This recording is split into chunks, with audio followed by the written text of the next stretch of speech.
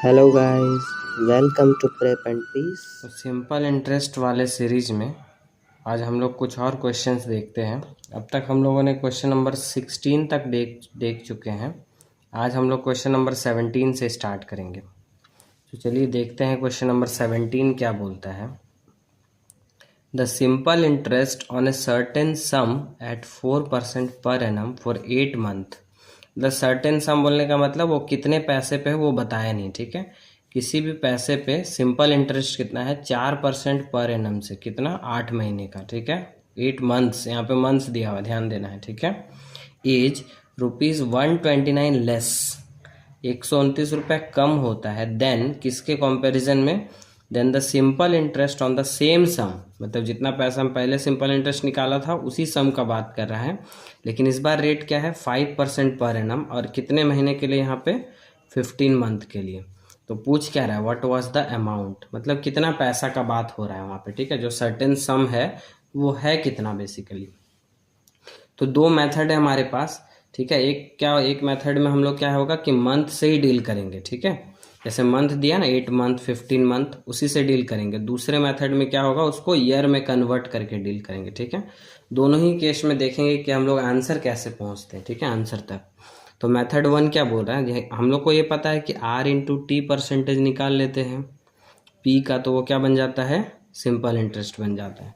तो R/T percentage, are यहाँ पे R/T, यहाँ पे T पहले मान लीजिए और R यहाँ बाद में, ठीक है। R/T लिखिए या T/R लिखिए, कोई फर्क नहीं पड़ता है। तो 15 × 5% माइनस 8 × 4%, 8 मंथ्स 4%, 8 × 4, यहाँ पे 15 और 5। तो इन दोनों परसेंटेज का डिफरेंस, यही परसेंटेज ही तो हमको इंटरेस्ट बताता ना, किसका परसेंटेज लेना होता है, प्रिंसिपल का, तो पी का लेना होता है। तो यहाँ पे हम पी लिखे नहीं है, ठीक है, लेकिन आगे चल के समझ में आएगा। तो ये परसेंटेज माइनस ये परसेंटेज कितना है, 129 के बराबर, क्योंकि हम लोग को बताया था कि 4% पर एनम में 8 महीने का जो इंटरेस्ट होता है वो 15 मंथ के लिए 5% पर एनम में उससे 129 रुपये कम होता है, ठीक है। तो ये बड़ा है, इसमें से छोटा वाला वैल्यू माइनस कर दिए तो क्या आ गया, 129 रुपया आ जाना चाहिए, ठीक है। तो 75% माइनस 32% इज इक्वल टू 129। तो अब इन दोनों माइनस करेंगे, यानी 43% का वैल्यू कितना है, 129 है। तो यहाँ से 43 से कैंसिल भी हो जाएगा, इसीलिए वैसा फिगर दिया हुआ रहता है, ठीक है। 129 क्यों दिया हुआ था, क्योंकि 43 से कैंसिल हो जाए। तो 1% का वैल्यू हो गया 3, ठीक है। तो 100% का वैल्यू क्या हो जाएगा, इधर भी 100 से मल्टीप्लाई कर दीजिए तो क्या होगा, 300, ठीक है। तो 100% का वैल्यू क्या हो गया, 300। तो 100% ऑफ पी का वैल्यू हो गया 300। तो अब 100% ऑफ पी यहाँ पे मंथ में डील किया ना सब, 15 मंथ 8 मंथ, तो यानी 1 मंथ में यदि बात करें तो कितना होना चाहिए पैसा, 300, ठीक है। 100% मतलब पी ही हो गया। तो ईयरली बात करें, यदि एक साल में ईयरली इंटरेस्ट, क्योंकि कैसे है, 4% पर एनम, 5% पर एनम, तो ईयरली बात करेंगे तो क्या करेंगे, 300 को 12 से मल्टीप्लाई कर देंगे, तो आंसर क्या आएगा, 3600 आंसर। अब मेथड 2 में हम लोग क्या करेंगे, डायरेक्ट ही पहले से ही उसको ईयर में कन्वर्ट करेंगे, ठीक है। देखिएगा आंसर कैसे चेंज हो जाता है, आंसर मतलब सेम आंसर आएगा, बस प्रोसेस कैसे चेंज होता है, ठीक है। तो R/T परसेंटेज, तो 15 × 5 डिवाइडेड बाय 12, यहाँ डिवाइडेड बाय 12 क्यों किए, क्योंकि 15 मंथ को हम ईयर में बदल देना चाहते हैं। एक साल में 12 महीने होते हैं तो 12 से डिवाइड कर दिए, माइनस 8 × 4 डिवाइडेड बाई 12, ये परसेंटेज का जो डिफरेंस है वो कितना आएगा, 129 के बराबर। अब यहाँ से 12 ले लिए एलसीएम, उस साइड जाके मल्टीप्लाई कर दिए, तो 12 से मल्टीप्लाई हो गया। अब यहाँ पे 43% का वैल्यू 129 × 12 आ जा रहा है, तो यहाँ से 129 को कैंसिल करेंगे। अब यहाँ पे कुछ लोग क्या करेंगे ना, इन दोनों को मल्टीप्लाई कर देंगे, तो यदि आप मल्टीप्लाई कर देंगे तो बड़ा नंबर आ जाएगा, फिर काटने में प्रॉब्लम होगा, तो इसीलिए मल्टीप्लाई सबसे लास्ट में करते हैं हम लोग, ठीक है। तो अब यहाँ से 1% का वैल्यू क्या हो गया, 12 3 जा 36, तो 1% जब 36 है तो इसको 1 को 100 से मल्टीप्लाई कीजिए, यहाँ 36 को भी 100 से मल्टीप्लाई कीजिए, तो 100% का वैल्यू क्या होगा, 3600। ये डायरेक्ट आंसर आ गया, ठीक है, क्योंकि हम लोग यहाँ पे ईयरली लेके ही चले थे, 12 से डिवाइड करके चले थे, ठीक है। चलिए बढ़ते हैं आगे अगले सवाल की ओर। तो क्वेश्चन नंबर 18 क्या बोलता है? क्वेश्चन नंबर 18 बोलता है अ sum becomes 450 in some years. अब यहाँ पे a sum becomes 450 in some years at the rate of 7% and if the rate is 5%, यानी एक कोई पैसा है जो कितना बन जाता है, 450 हो जाता है कुछ साल में। किस रेट से? 7% के रेट से। ठीक है, इफ़ द रेट इज़ 5%, यदि रेट 5% होता, it becomes 350 in the same time. मतलब टाइम सेम ही रखेंगे, यदि 5% का रेट रहेगा तो 350 बन जाएगा अमाउंट, और 7% का रेट में कितना बन जाएगा, 450 बन जाएगा amount. Find the principal and time. अब यहाँ पे दोनों चीज़ निकालना है, पहले प्रिंसिपल कितना है यानी कितने पैसे पे ये बन रहा है, और टाइम भी निकालना है कि कितने समय के बाद जैसा कैलकुलेशन कर रहे हैं। ठीक है, तो हम लोग को पता है आर इंटू टी परसेंटेज क्या कहलाता है, हमारा सिंपल इंटरेस्ट बन जाता है। तो आर इंटू टी, रेट है 7, टी हमको नहीं पता है, 7t minus 5 into T, R into T. ये दोनों परसेंटेज का डिफरेंस क्या हो जाएगा हमारा, पहले वाला में जो अमाउंट बना है माइनस दूसरे वाले में जो अमाउंट बना है उसका डिफरेंस, क्योंकि इसमें भी पी इंक्लूडेड है, इसमें भी पी इंक्लूडेड है, तो दोनों का डिफरेंस निकालेंगे तो वही तो रेट सिंपल इंटरेस्ट का ही तो डिफरेंस आ जाएगा। तो 2t परसेंटेज क्या हो गया, 100 के बराबर, तो 1t परसेंटेज क्या हो गया, 50 के बराबर। अब इसको भी 7 से मल्टीप्लाई कीजिए, इसको भी 7 से मल्टीप्लाई कीजिए, तो 7% का वैल्यू क्या है, 350। 7% का वैल्यू 350। अब 350 यहाँ पे जो है 7% का वैल्यू एक्चुअली में कितना है, 450 है ना, तो 350 उसका इंटरेस्ट बन रहा है। 350 क्या बन रहा है, इंटरेस्ट। तो 350 यदि इंटरेस्ट है और एक्चुअल में वैल्यू 450 आ जा रहा है, तो यानी अमाउंट कितना, मतलब प्रिंसिपल अमाउंट कितना होगा, तो प्रिंसिपल हो जाएगा कितना, 450 एक्चुअल में बन गया इंटरेस्ट के साथ, और इंटरेस्ट केवल कितना बन रहा है, 350। तो 450 में से 350 माइनस करेंगे, यानी 100 बन जाएगा हमारा क्या, प्रिंसिपल। यानी हमारा जो मूलधन है वो कितना है, 100 है, इसी से पता चला। ठीक है, लेकिन हमको ये भी पता है कि 70% ऑफ पी जो है वो कितना है, 450 है। तो 70 divided by 100 into 100 is equal to 350। ये परसेंटेज कितना हो गया, 350 के बराबर। तो टी का वैल्यू यहाँ से कितना आ जाएगा हमारा, 50 ईयर्स। टी का वैल्यू कितना आ जाएगा, 50 ईयर्स।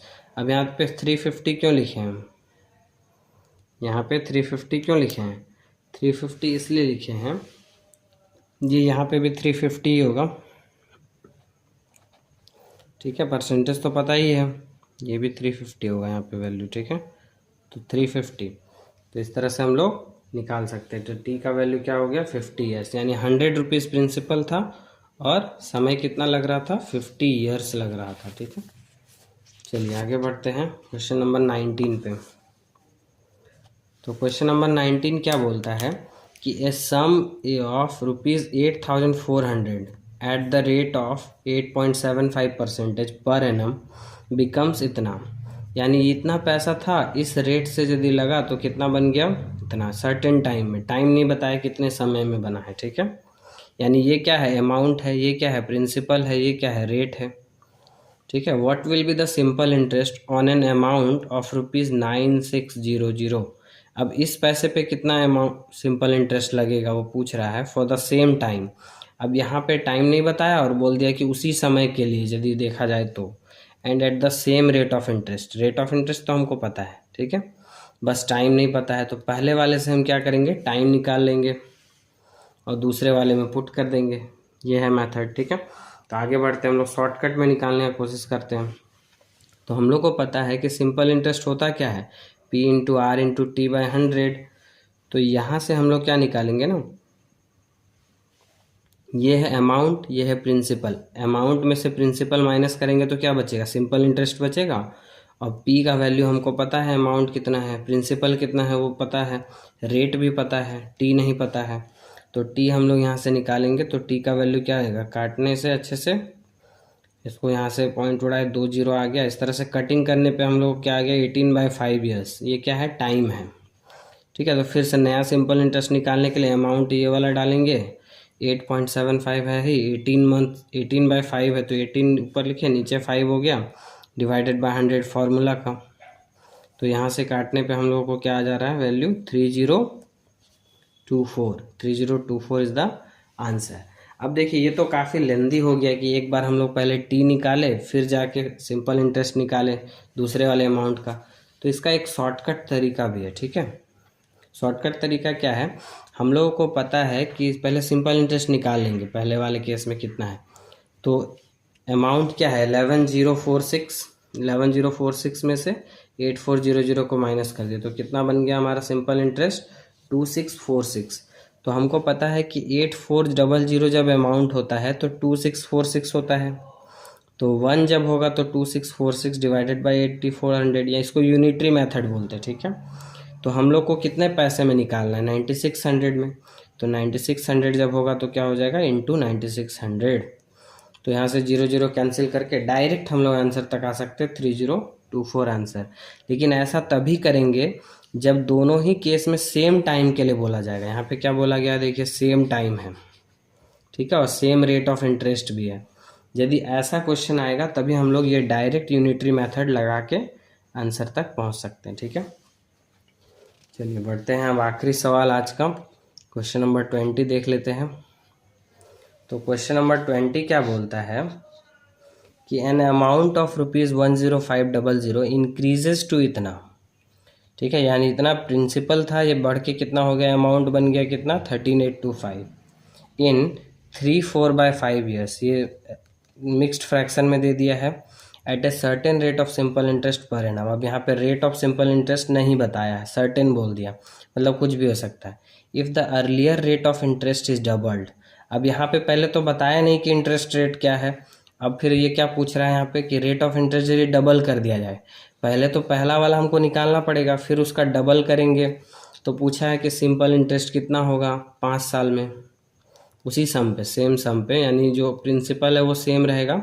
5 साल में कितना सिंपल इंटरेस्ट बन जाएगा यदि रेट को डबल कर दिया जाए। तो पहला केस में तो पहले रेट ही नहीं पता है।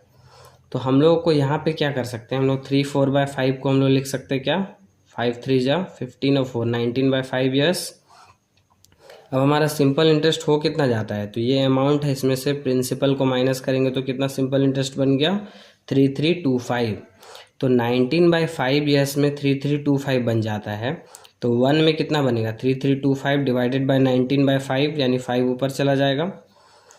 अब 5 ईयर्स में कितना बने डायरेक्टली 5 ईयर्स में, क्योंकि सेम सम है ना, सम सेम है। इंटरेस्ट रेट को डबल किया गया उसके लिए भी हम फॉर्मूला लगाते हैं, रुकिए।